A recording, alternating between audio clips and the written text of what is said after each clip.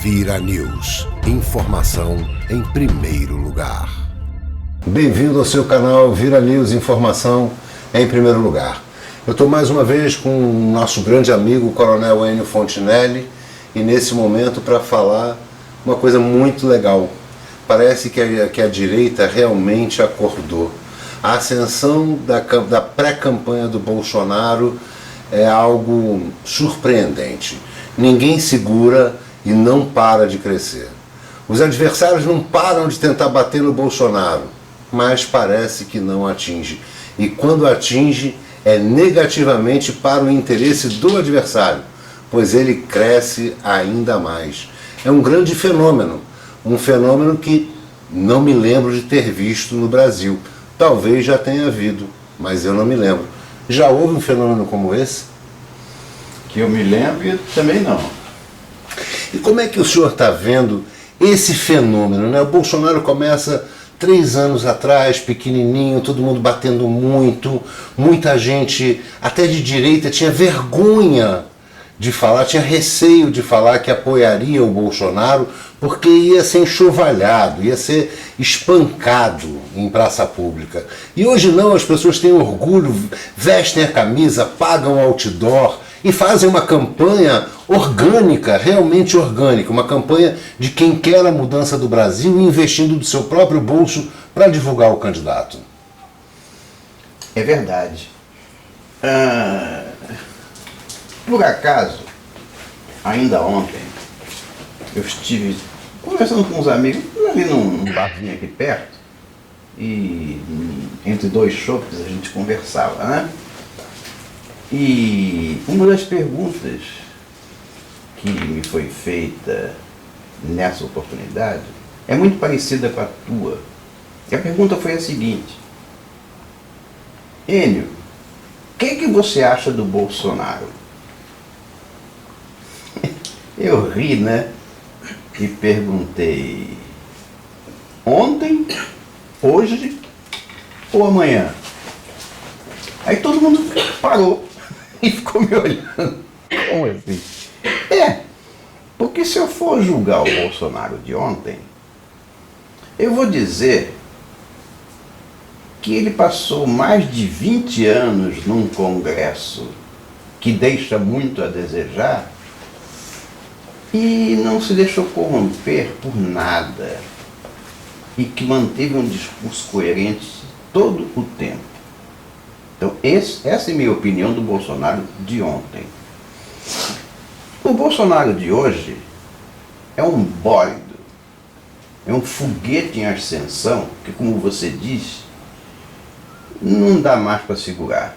Se segurar o rabo desse foguete, vai queimar. E amanhã? Bom, amanhã ele vai ser o presidente. Isso é o que eu acho. E o mais incrível é que as pessoas realmente estão aderindo à campanha, a campanha dele espontânea, né, orgânica, não para de crescer, e às vezes dá para imaginar que ele possa ter a chance até de ganhar em primeiro turno, o que seria outra novidade muito grande na nossa política, né? Sem dúvida alguma, uma novidade enorme, né? Quer dizer, embora essa possibilidade seja absolutamente real, eu também acredito que ele não só tem chance, mas que ele vai ganhar em primeiro turno. Tal a vontade popular que se mostra a cada instante, né? Então, falar do Bolsonaro hoje, como você disse, é um orgulho, né? Quer dizer, ele representa, eu acho que ele é a síntese do anseio nacional. Ele ultrapassou as fronteiras do homem e passou para a fronteira do espírito. Ele vestiu o espírito da nação. É isso que eu acho. E o que eu vejo que é incrível nessa pré-campanha do Bolsonaro é que as pessoas estão aderindo. Ele aprendeu a falar de uma forma objetiva e sem deixar brecha para que a mídia consiga manipular o que ele diz. O papo dele é reto, o papo dele é direto, ele não permite mais na fala dele que tem a opção de edição, porque a fala é rápida, direta e objetiva. Qualquer quebra que se faça em edição ali, vai ficar clara a manipulação. E mais, ele é um dos candidatos, uma das poucas pessoas que eu conheci no mundo político, que faz questão de gravar as entrevistas na íntegra, muitas vezes colocando essas entrevistas ao vivo, o que significa se antecipando ao veículo de comunicação que o está entrevistando, e com uma clareza, com uma coragem de fazer ao vivo, de dizer o que pensa, que eu não sei, eu acho que os outros candidatos não teriam, não. Ainda mais se estivessem basicamente levando pancada o tempo inteiro. Nesse particular eu quero botar uma vírgula. Apesar da internet ser um instrumento valiosíssimo para a campanha eleitoral, aliás, para todos os assuntos mundo afora, a internet ganhou uma dimensão inimaginável há pouco tempo. Agora, a mídia realmente vai buscar, até a véspera da eleição, motivos para denegri-lo, mesmo que sejam falsos. Até porque, quanto mais próximo da eleição estiver, mais difícil é de desfazer. Então nós devemos estar preparados para interpretar tudo que a mídia diz e tudo que os opositores dizem, para conseguir ler nas entrelinhas o que de mágoa e de ódio existe ao Bolsonaro. Até porque tem partido adversário a ele, que já foi dito por uma pré-candidata e pelo partido inteiro, que fariam o diabo para ganhar a eleição. E é o oposto, porque o Bolsonaro vem sempre com Deus acima de tudo. Eu acho que esse é um grande diferencial. É um grande diferencial. E, como você disse na pergunta anterior, se eu já tinha assistido a um fenômeno desse gênero, eu já assisti a várias eleições, claro, né? Eu sou mais velho que vocês todos, né? Então eu já vivi muito mais eleições do que vocês. Eu nunca vi uma candidatura surgir e guindar às alturas de forma espontânea, tal qual está ocorrendo agora com o Bolsonaro. Eu o respeito muito. E eu queria citar um caso interessante, não é bem um caso, umas postagens interessantes que eu vi ontem na internet. Duas pessoas conceituadíssimas fizeram um texto essa semana. Eu adorei o texto porque diz muito respeito ao que eu tenho dito nos últimos anos. Eu falo muito do BAN, né? E a figura do BAN eu defendi sempre como sendo uma arma da esquerda, da nova ordem mundial, para derrotar o candidato de direita.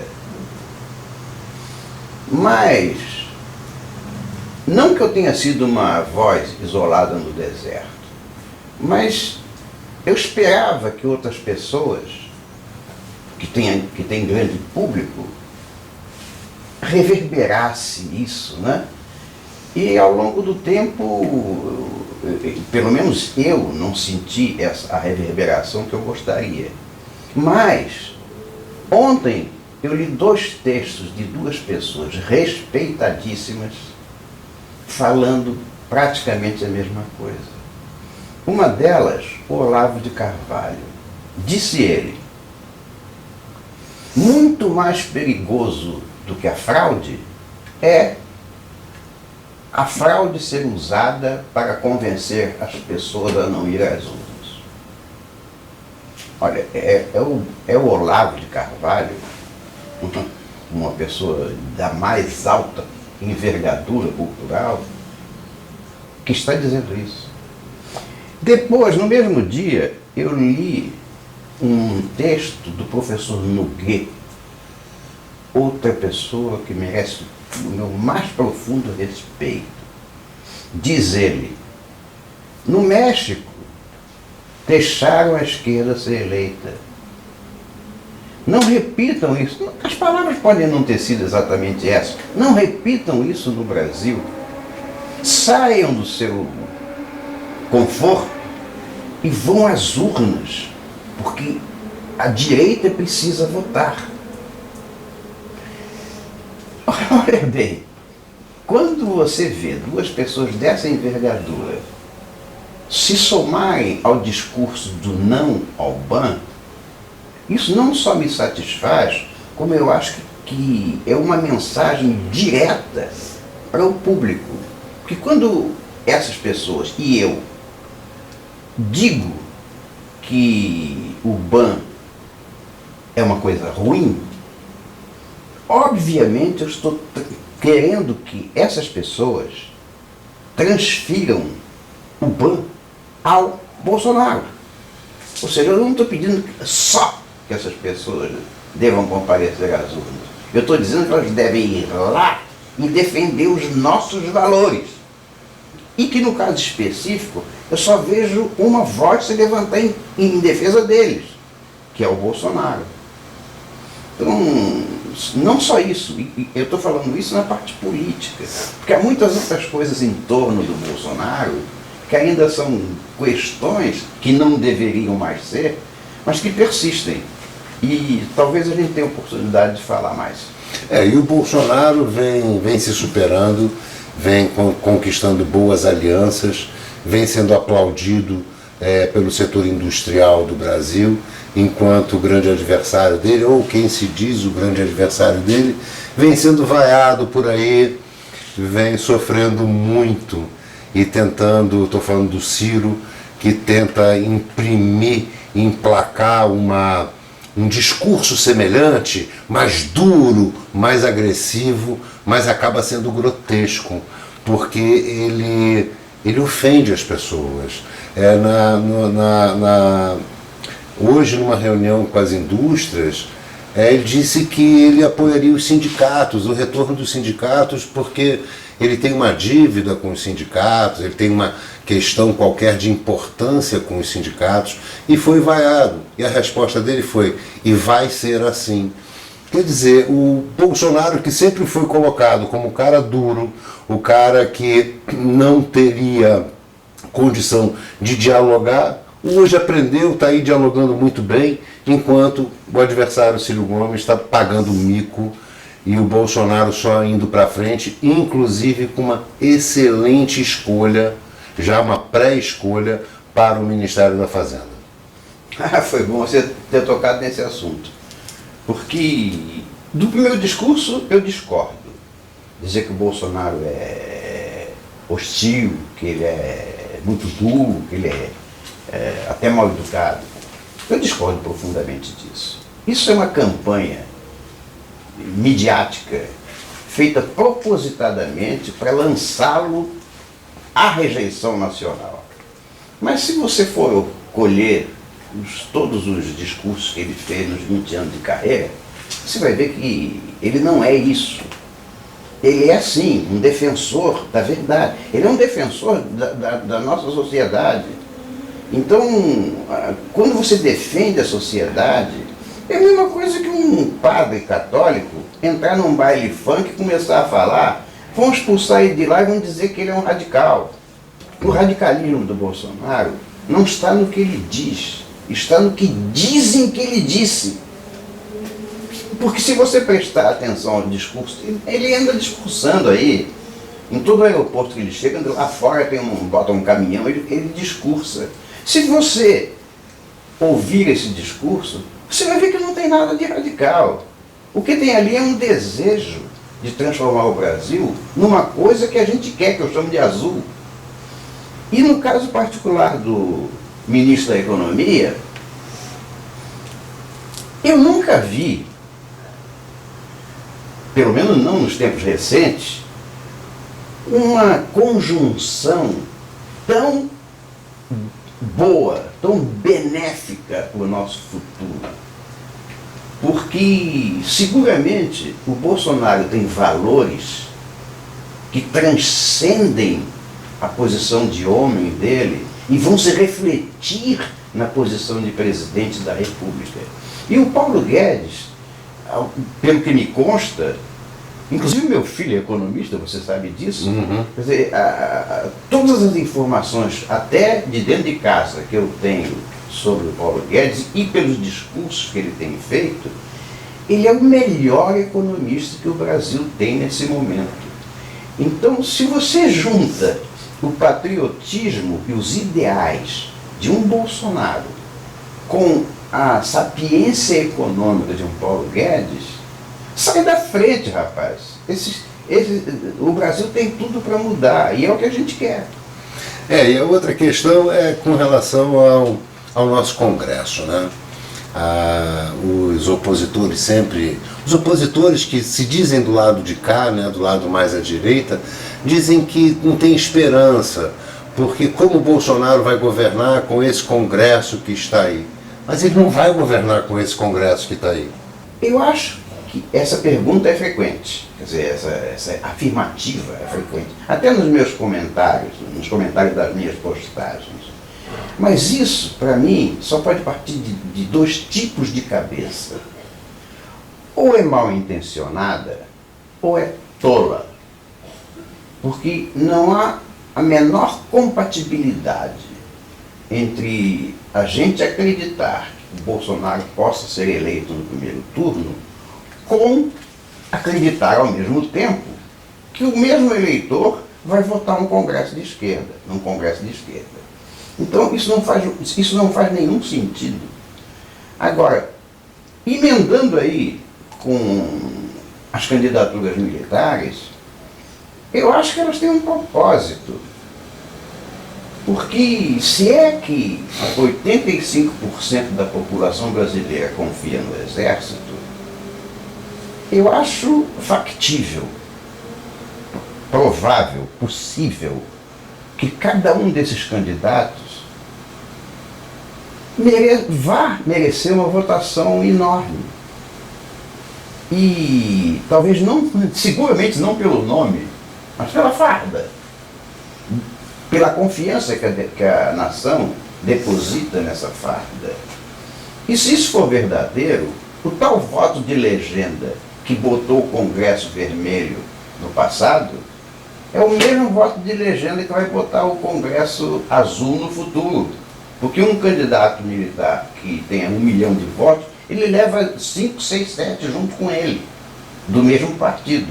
Então, meu amigo, quem faz uma afirmativa dessa, eu repito, ou é mal intencionado, ou é tolo. E uma das situações que a gente está vivendo ultimamente é de pessoas que se dizem, inclusive da direita, alguns são intervencionistas e que dizem que ou intervenção ou nada e que não vão às urnas. Eu não consigo entender uma pessoa se dizer patriota e dizer que não vai às urnas, nós aí há 2 meses e meio quase de uma eleição. Estamos à beira de uma eleição. A intervenção não aconteceu até agora e parece que não vai mesmo acontecer.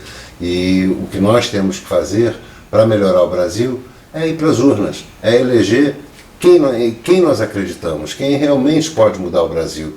E essas pessoas tentam dizer que então não votam em ninguém e assim gerar o ban, brancos, abstenções e nulos. Que recado você dá para essas pessoas? Eu só posso admitir que uma pessoa de direita, cristã, não vá às urnas por pirraça, porque defendeu uma intervenção que não saiu, ou então acha que todo político é podre, então eu não quero saber de política. Nos dois casos, esse tipo de pessoa não pode mais abrir a boca para dizer nada.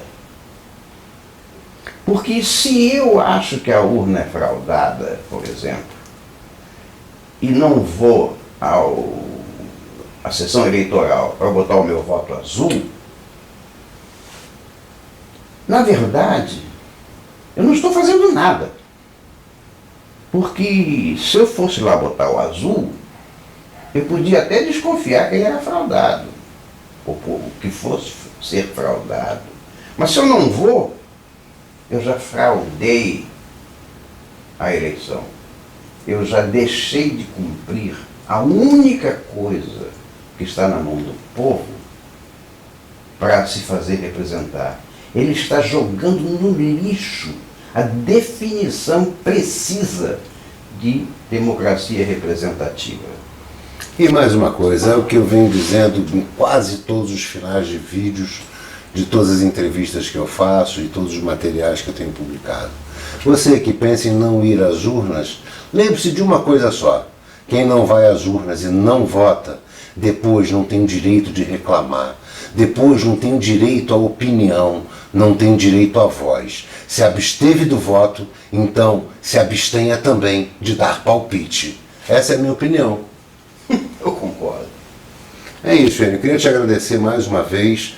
Desculpa estar sempre lhe incomodando, eu lhe incomodo pelo respeito que eu tenho pelo senhor, e eu sei que grande parte da nossa sociedade tem esse mesmo respeito pelo senhor, não só pelos seus anos de vida, seu conhecimento através da idade, adquirido pela idade, mas também pelos cargos que você já assumiu na sua vida, pelas responsabilidades que teve e por essa visão global, essa visão de geopolítica, porque a política não é só o que está acontecendo aqui nesse momento, tem muita coisa por trás. E a maioria das pessoas só vê aquilo que saiu no noticiário, mas não consegue fazer essa leitura do que está por trás. Então é por isso que eu lhe incomodo sempre. Você não me incomoda. Tentando desvendar esses mistérios, esses segredos e absorver da sua sabedoria e tentar orientar um pouco mais a mim mesmo e a cada um de vocês, nossos eleitores brasileiros. Vamos às urnas. Vamos fazer o Brasil mudar. Obrigado, Enio. Foi um prazer de novo receber você. E será sempre um prazer receber você no futuro. Muito obrigado, Enio. Muito obrigado. E você está ligado no seu canal Vira News. Informação em primeiro lugar.